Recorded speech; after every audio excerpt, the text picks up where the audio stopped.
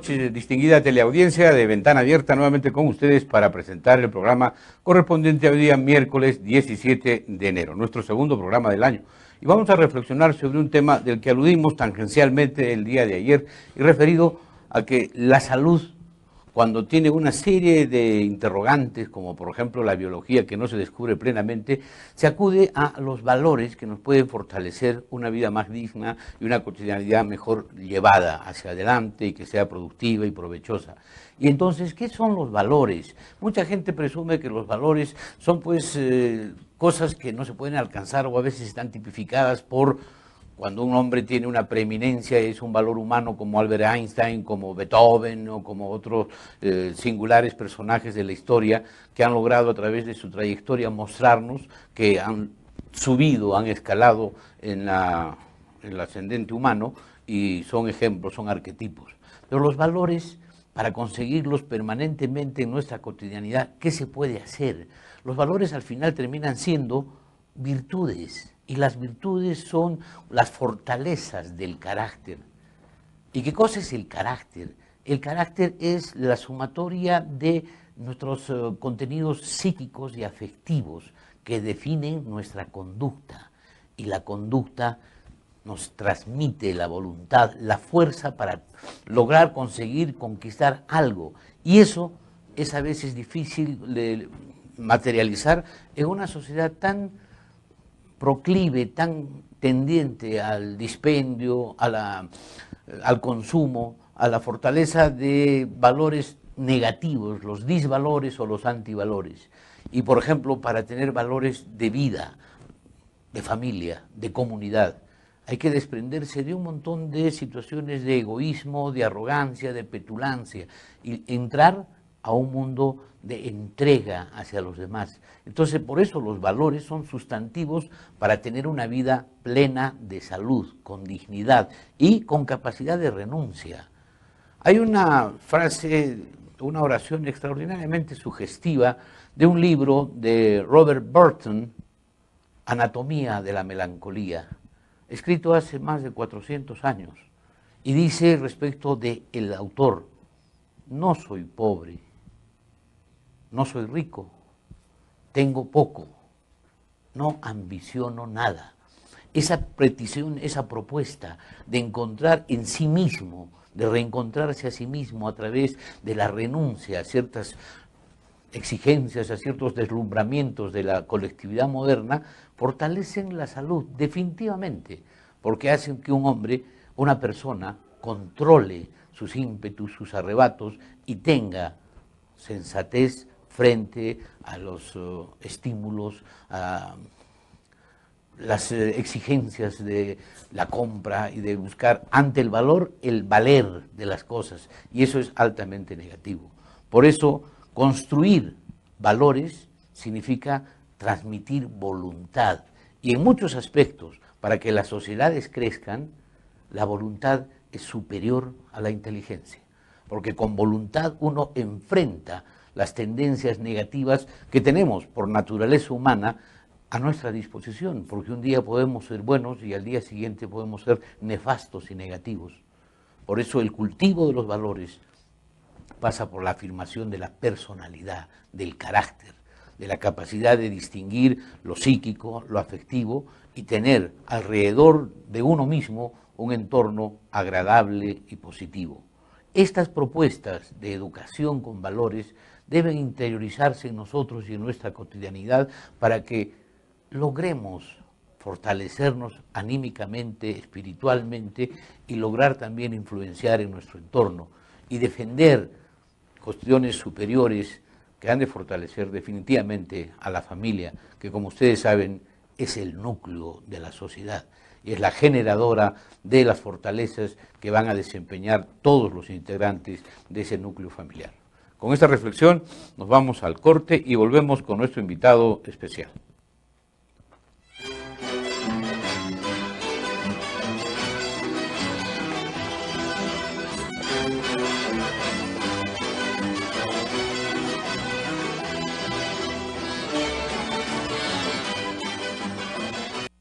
En en lo dicho, ya estamos con nuestro entrevistado estelar de esta noche en el programa Ventana Abierta para hablar sobre un tema muy interesante, muy sugestivo, pero que a veces no es comprendido a plenitud por la población, la Defensoría de la Salud.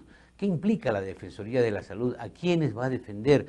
¿A los médicos, a los profesionales de la salud que a veces incurren en aspectos de negligencia o a los usuarios que van en busca de un servicio, de una atención y no son atendidos con la probidad y con la diligencia del caso? Sobre eso vamos a conversar con Jesús Arias Cáceres. Él tiene una vasta experiencia en la conducción de esta clase de propuestas, porque inclusive ha sido el hombre nuclear y central en los recursos humanos, en la gestión y habilitación de propuestas para que los trabajadores estén a plenitud y satisfechos en el sistema. Jesús, buenas noches, gracias por estar aquí en el programa. Hernán, gracias a ti por la invitación y a tu público, muy buenas noches. Sí, justamente este tema del que he hecho yo la introducción previa, la Defensoría de la Salud, ¿cómo la estás asumiendo y cuáles son los retos que hay ahí, especialmente respecto de los reclamos de la población? Bueno, la Defensoría de la Salud y Transparencia está creada desde el Ministerio de Salud en todas las direcciones regionales de salud a nivel nacional. Puno ha tenido la suerte de ser pionera en esta organización y lo hemos tenido en los documentos de gestión desde un comienzo. Entonces, esta oficina ha sido creada exclusivamente para defender los derechos, para hacer conocer los deberes de los usuarios a los servicios de salud. Básicamente los usuarios, o sea, para que la población no vaya a ciegas, sino solamente peticione y sepa cuáles son las instancias que deben protegerlo y cuáles son lo que debe obtener cuando va a la búsqueda de un servicio. Por supuesto, porque así como tenemos una defensoría que vela por los derechos, también ellos tienen deberes y obligaciones para ir en cada establecimiento de salud, ¿no es cierto? Y ahora eso significa, pues, de todas maneras, optimizar los servicios de salud, es decir, que haya un mejor desempeño, un mejor desenvolvimiento de los profesionales, de tal suerte que la Defensoría de la Salud, educando al paciente, educando a la población respecto de sus derechos, ya sabe a qué se puede adaptar. Claro, nosotros como la Defensoría de la Salud y Transparencia exhortamos a los establecimientos de salud para el cumplimiento del debido derecho a la salud en los establecimientos. Ahora, ¿y qué logro se obtiene? Porque esto es bien complejo, porque es un proceso educativo, ¿no es cierto? Que tienes que aproximarte a la población, tienes que lograr que los propios trabajadores de salud tengan esa predisposición, digamos, esa ventana abierta para entender la problemática y ser trabajadores que se desempeñan con calor, con calidez y con calidad. Sí, pues, felizmente la Defensoría de la Salud ha logrado que nuestra población en los 400, más o menos 60 establecimientos.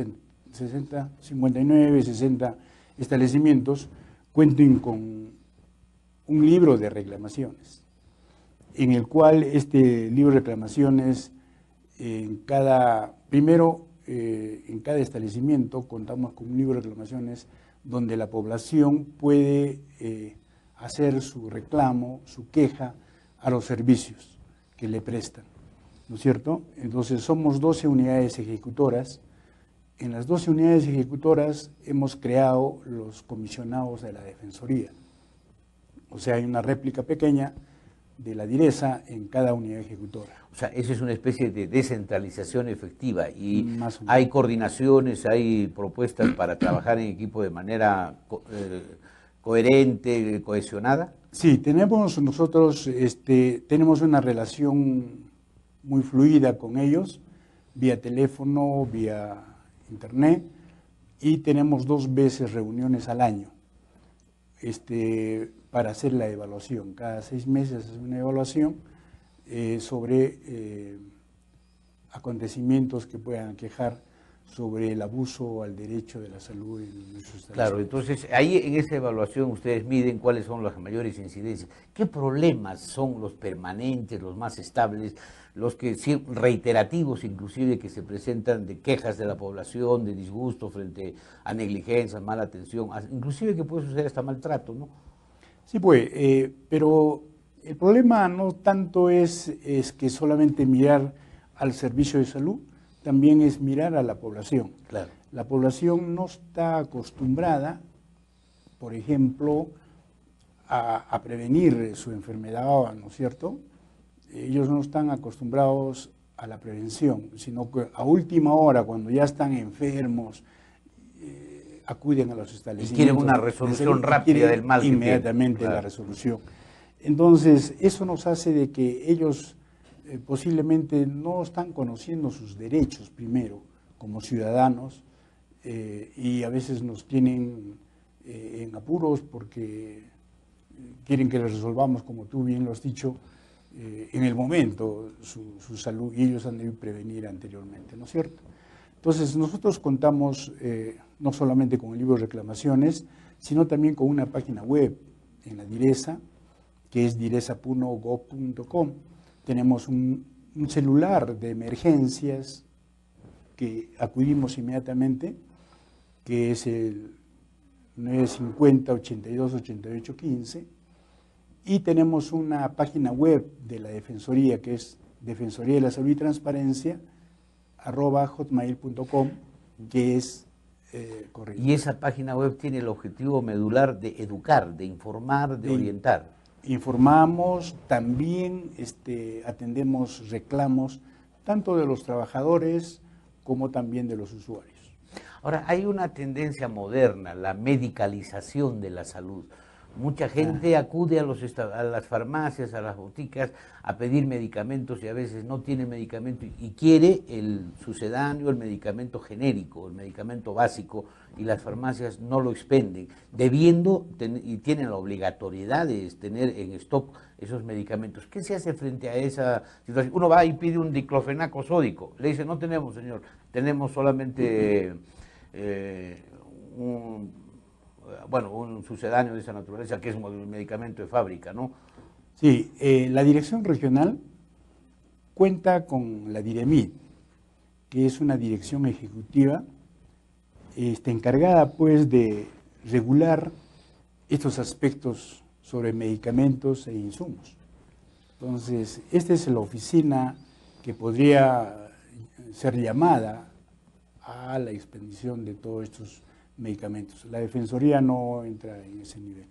Ya, por ejemplo, lo que me decía, en vez de un diclofenaco, tener un Voltaren, el diclofenaco vale 80 céntimos y el Voltaren vale 9 soles, ¿no? Entonces, uno tiene que comprar porque está la posología y la indicación del médico. Sí, DIREMIT regula eso en cada establecimiento farmacéutico. Ahora, dentro de los establecimientos de salud, cuando hay cobros indebidos que no se deben hacer, el usuario reclama. ¿Cómo se procede frente a esas arbitrariedades o esas situaciones inconvenientes? Sí, pues, mal dicho, cobro indebido, ya que en nuestros establecimientos, todos los establecimientos cuentan con un tarifario. Ese tarifario está publicado y todo lo que se atiende y se vende lo hacemos con boletas y con recibos. Mal estaría que el usuario diga me ha cobrado indebidamente, ya que no le han dado ningún recibo. O sea, esos tarifarios deben estar ubicados en los lugares visibles, más accesibles, más notorios. Sí, están ubicados a la entrada de cada establecimiento. Por ejemplo, en los establecimientos de primer nivel encuentras los tarifarios casi en admisión para que ellos vean cuánto le están cobrando, cuánto no le están cobrando. Ahora, una pregunta que no es ociosa. ¿Un medicamento o una atención es estándar en cualquier establecimiento? ¿Es igual? ¿O varía porque el establecimiento es de mayor nivel? Por ejemplo, en los establecimientos de primer nivel, que son puestos de salud o centros, que no cuentan a veces con médicos, entonces no le pueden cobrar, digamos, una atención médica. Claro. Tendría que tener una atención de enfermería, de obstetricia o de farmacia. Entonces, todos los establecimientos no tienen un tarifario igual, porque todos no tienen la misma cantidad. Pero los precios sí son iguales en los establecimientos. De igual manera, por ejemplo, un medicamento o una atención en Sandia no puede estar igual que en Lampa, por ejemplo, o Yunguyo. ¿no? Ya, por la distancia, por las dificultades del traslado, el transporte de los insumos. ¿No? Ahora, en esto de la Defensoría, ¿qué capacitaciones recibe la gente que está formando tus equipos en las diferentes unidades ejecutoras? ¿Van a Lima, tienen eventos en la propia Direza, en la capital nuestra, en la ciudad de Puno, o tienen solamente un grupito los que van y, bueno, tienen que hacer las réplicas? Bueno, nosotros siempre nos han invitado diferentes organizaciones, ya sea, por ejemplo, los sindicatos, las estrategias en diferentes establecimientos de salud en los hospitales, para que difundamos un poco sobre los derechos de la salud. Ahora último hemos estado en el hospital, por ejemplo, para las personas con discapacidad, hemos estado en un colegio, hemos estado en un albergue, para nuestros mismos compañeros, ¿no? La manera de poder capacitarlos y de decirles los derechos y obligaciones y la manera de atender a nuestros usuarios a quienes nos debemos, ¿no es cierto? Ahora, ¿se podría focalizar esto como una propuesta a los usuarios, por ejemplo, discapacitados, tienen su organización, para decirles, bueno, ustedes tienen tales y tales derechos, o para la gente joven, o para los que padecen una tipología de enfermedad característica, o inclusive para la gente de las agremiaciones, decirles, ustedes tienen esta clase de derechos y deben interiorizarlos y deben defender esas posibilidades para que no sean desorientados, ¿no? Hasta el año pasado, los primeros meses del año pasado, hemos tenido contactos con los tenientes gobernadores, pero no con el 100%, pero una gran mayoría, y a ellos se les ha dado unas charlas sobre los derechos del usuario a los servicios de salud, que es la ley 29414, y les hemos repartido folletos como los que te he entregado, para que ellos tengan también la voluntad de poderlos difundir en sus comunidades. Ahora, el otro problema es pues también el distanciamiento, cierto desinterés de la propia población y de los líderes de la población que no están muy convencidos ni motivados para defender y poner en su plataforma, por ejemplo, los derechos a la salud, ¿no? Sí, pues la desidia de la población contra su misma salud, ¿no? Porque a ellos más les importa el ganado, el campo, a veces, y a sus familiares, a los ancianos, a los niños, los dejan a un lado, y cuando solamente tienen los problemas de salud, acuden, y como a veces el profesional o el trabajador está en otro lugar, qué sé yo, no quiero justificar tampoco inasistencia, sin embargo, el movimiento es así y a veces no encuentran a un personal en el establecimiento, entonces ellos reclaman, ¿no? Sí, pues ese es un problema central. Nuestra educación es endeble y no hay una visión cívica para fortalecer. A eso se suma, obviamente, se suma la falta de personal en muchos de nuestros establecimientos, ¿no? Hace muchos años que no tenemos incremento de personal. Sin embargo, eso no es óbice para hacer los esfuerzos de dar la salud que nosotros tenemos. De todas maneras, se necesita una especie de ejercitamiento, de calistenia, de adoctrinamiento a los propios trabajadores de salud para que sepan que están en la obligación de respetar los derechos a la salud y divulgarlos, de tal suerte que la población tenga otra lucidez y otra comprensión de los derechos que tiene y que debe alcanzarlos y concretarlos, ¿no? Sí, estamos nosotros en ese derecho, en ese derecho de orientar a la población, ¿no? Hacemos todos los esfuerzos, pero a veces no es suficiente.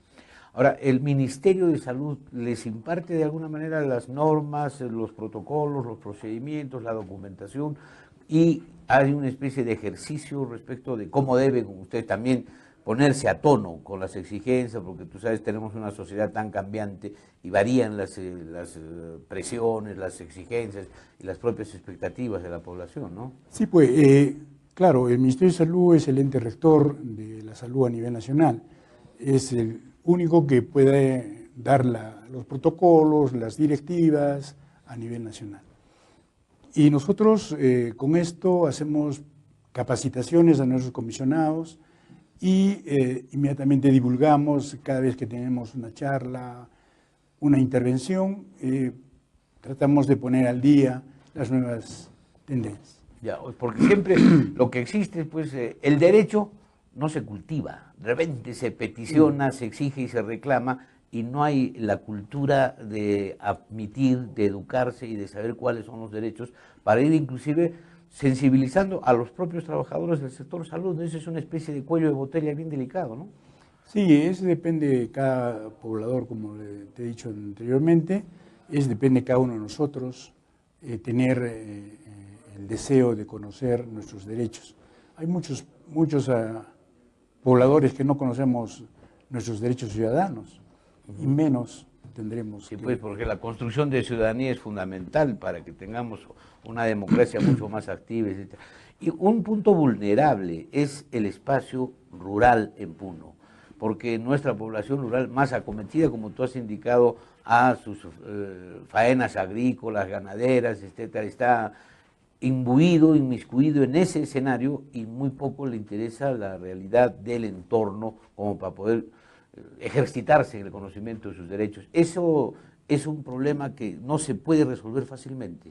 Sí, pues, porque nosotros hemos bajado a varias comunidades durante todos esos tiempos que hemos estado al frente de la Defensoría, y bueno, te escuchan un momento, pero después al día siguiente igual, continúan las cosas. No hay cómo armarlo, sí, entonces una propuesta. queríamos hablar con los tenientes gobernadores, igual, ¿no? Entonces, bueno, poco a poco, con las nuevas generaciones entenderán. Sí, pues a veces es como arar en el mar, ¿no? Se hace un trabajo denodado, exigido, sacrificado, y las respuestas son endebles, ¿no? A veces no, sí. Entonces, eso estamos haciendo, y bueno, la otra manera es que estamos pensando apuntar desde los colegios, ¿no es cierto?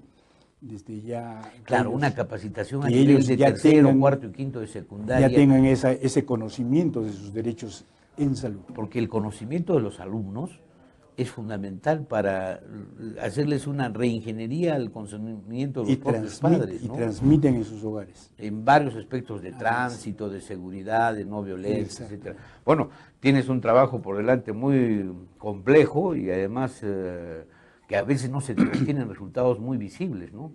Sí, Hernán. Bueno, felizmente contamos con la parte,